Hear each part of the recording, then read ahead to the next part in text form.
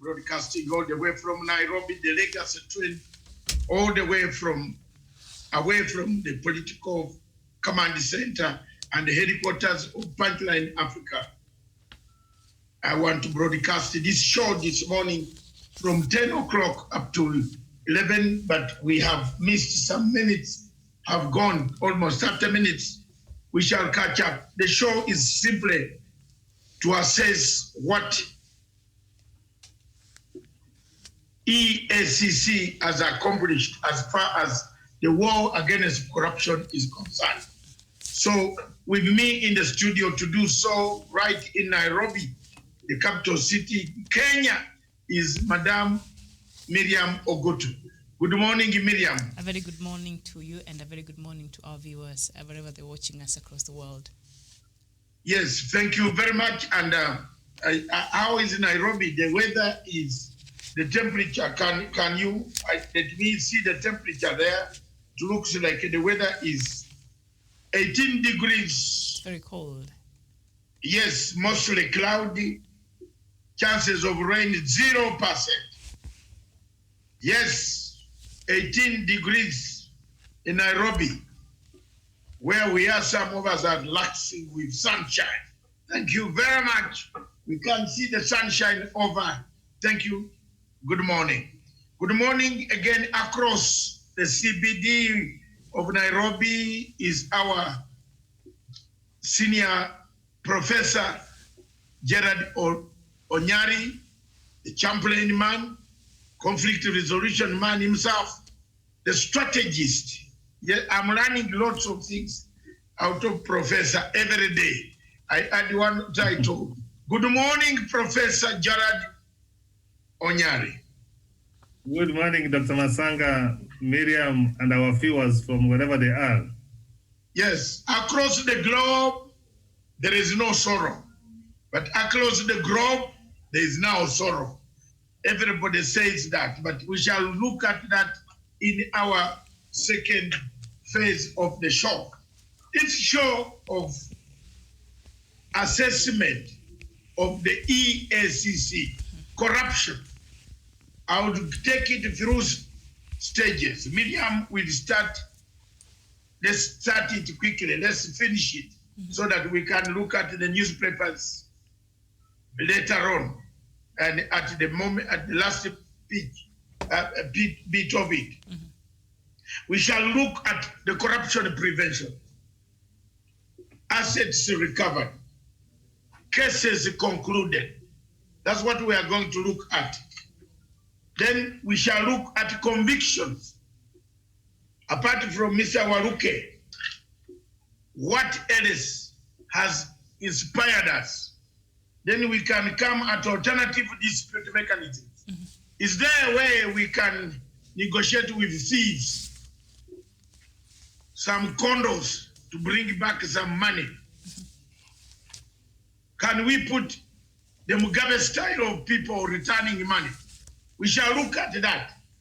The dispute resolution mechanisms of where you go to your bishop and tell the bishop that niliiba nyumba tano lakini mchukue nne wache, leave me one for my children to live in.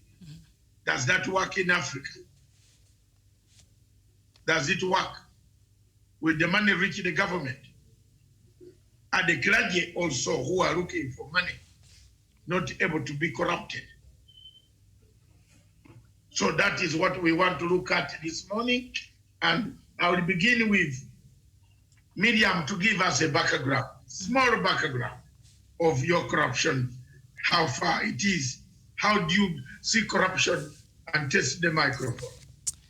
All right, thank you so much, Doctor. There now the Ethics and Anti-Corruption Commission is mandated to spearhead the fight against corruption and promote sound ethical standards and practices in the country. And of course, this commission so far, among other things that it has been able to do, which we shall be looking at very shortly, has averted a loss of approximately 20.4 billion Kenya shillings through proactive investigations and disruption of corruption networks since 2014. And we've seen also right now it is in the process of, recovering a lot of assets and monies that have been lost from the public. And Doctor, you've mentioned there, is there another way that it can get these assets back? Yes, there is a clause there that enables EACC to actually have an alternative mechanism to agree on how part of these assets and stolen things from the public can be recovered back. But in a nutshell, EACC is mandated to spearhead the fight against corruption and also to ensure that ethical standards and practices are maintained in the country. Thank you very much. Corruption prevention and a corruption risk assessment reviewed the practice of procedures of public bodies and to detect corruption, to secure revision of methods at work. Over 15 government entities, such as the Ministry of Lands, Environment, ICT, Roads, Housing, Education, Health, KEMSA, corruption has eaten the risk assessments has been done in 20 county governments. Another risk assessment on corruption to prevent corruption by the EACC has been done in 400 advisories to public entities on corruption prevention under the performance contracting framework. In these 15 ministries have been probed. 20 counties are under fire. The EACC has given 400 advisories. Do you think that is good enough in prevention, Professor? Dr. Masanga, thank you for that question. We have walked a journey of fighting corruption in this country. Ordinarily, in a democratic and fair side, we don't need even to have that commission, because we have got our police force, which are mandated to fight all crimes. We have had commissions, and you have seen from time to time being disbanded. But thank God, by the 2010 Constitution, that Anti-Corruption Commission was anchored in the Constitution, so but nobody wakes up one morning to disband it. With that mandate which comes out of the Constitution, and with the strong leadership right away from the president, together with the handshake, together with the current CEO,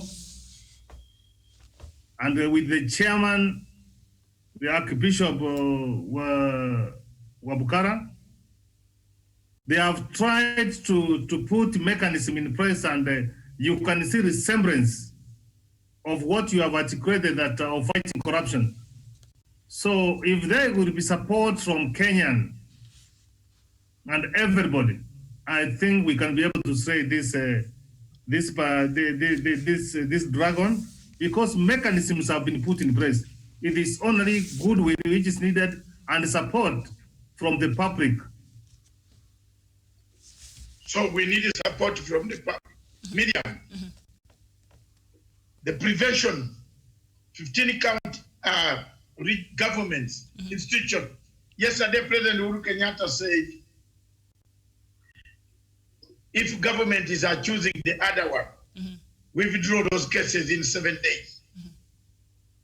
This is some part of the corruption cases that we saw, that the government cannot choose another government in the same department of government. Is that good success, prevention-wise? I think that if they withdraw cases.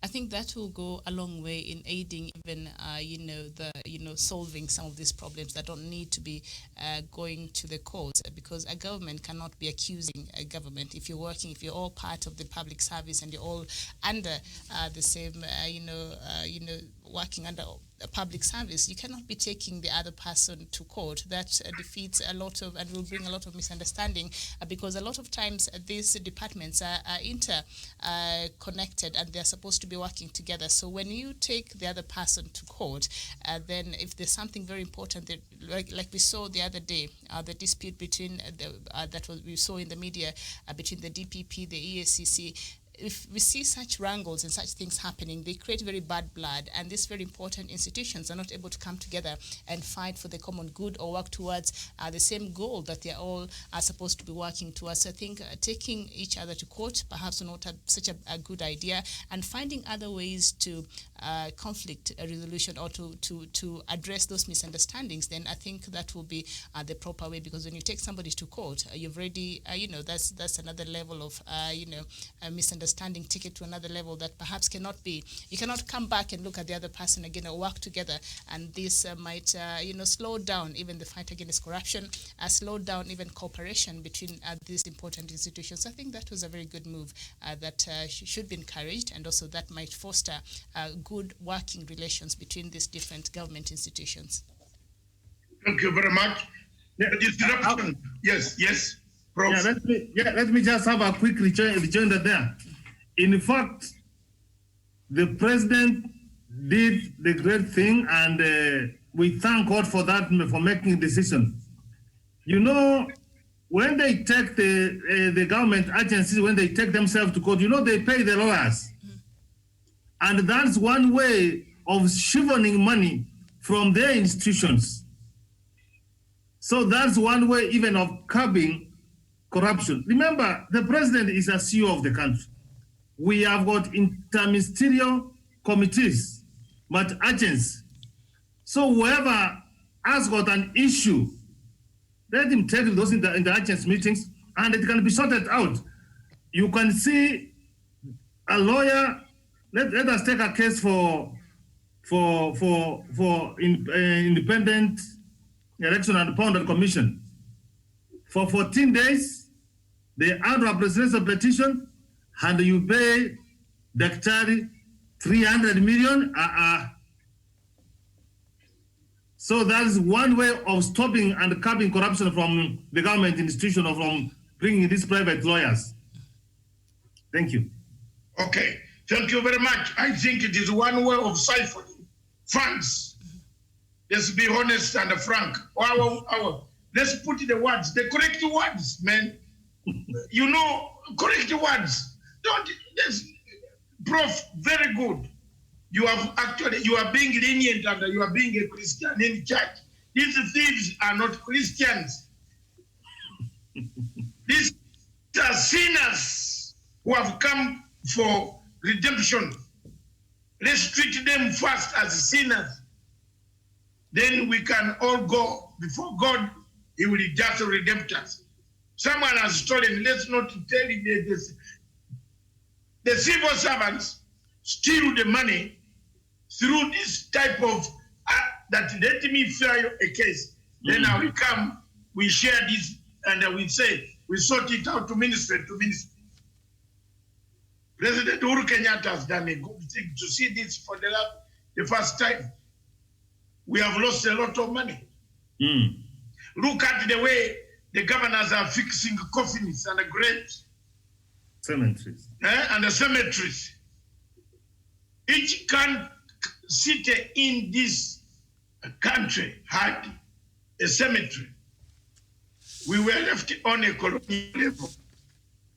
I want to ask why some other people would come to buy new cemeteries now.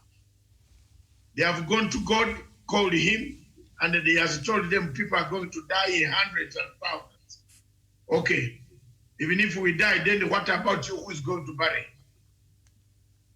Is that hope? That's another way the money has been going. Thank you very much, Prof. Disruption of corruption networks. The EACC has disrupted 21.9 billion worth of proactive. It has approximately 21.9 billion worth of proactive investigations and disruption of corruption network, e.g. departments of correctional services in prison. There is one senator who was going to serve. You know her from your place. Yeah, she was serving some goods, delivered some supplies to prison services. They were going to gonga prisons with a lot of money, but EACC came in and stopped it. Thank you very much. Let's go to asset recovery. 10.9 billion. Assets worth approximately 17 billion, of which 10.9 were recovered in the first 2019 to 2020. These are the following.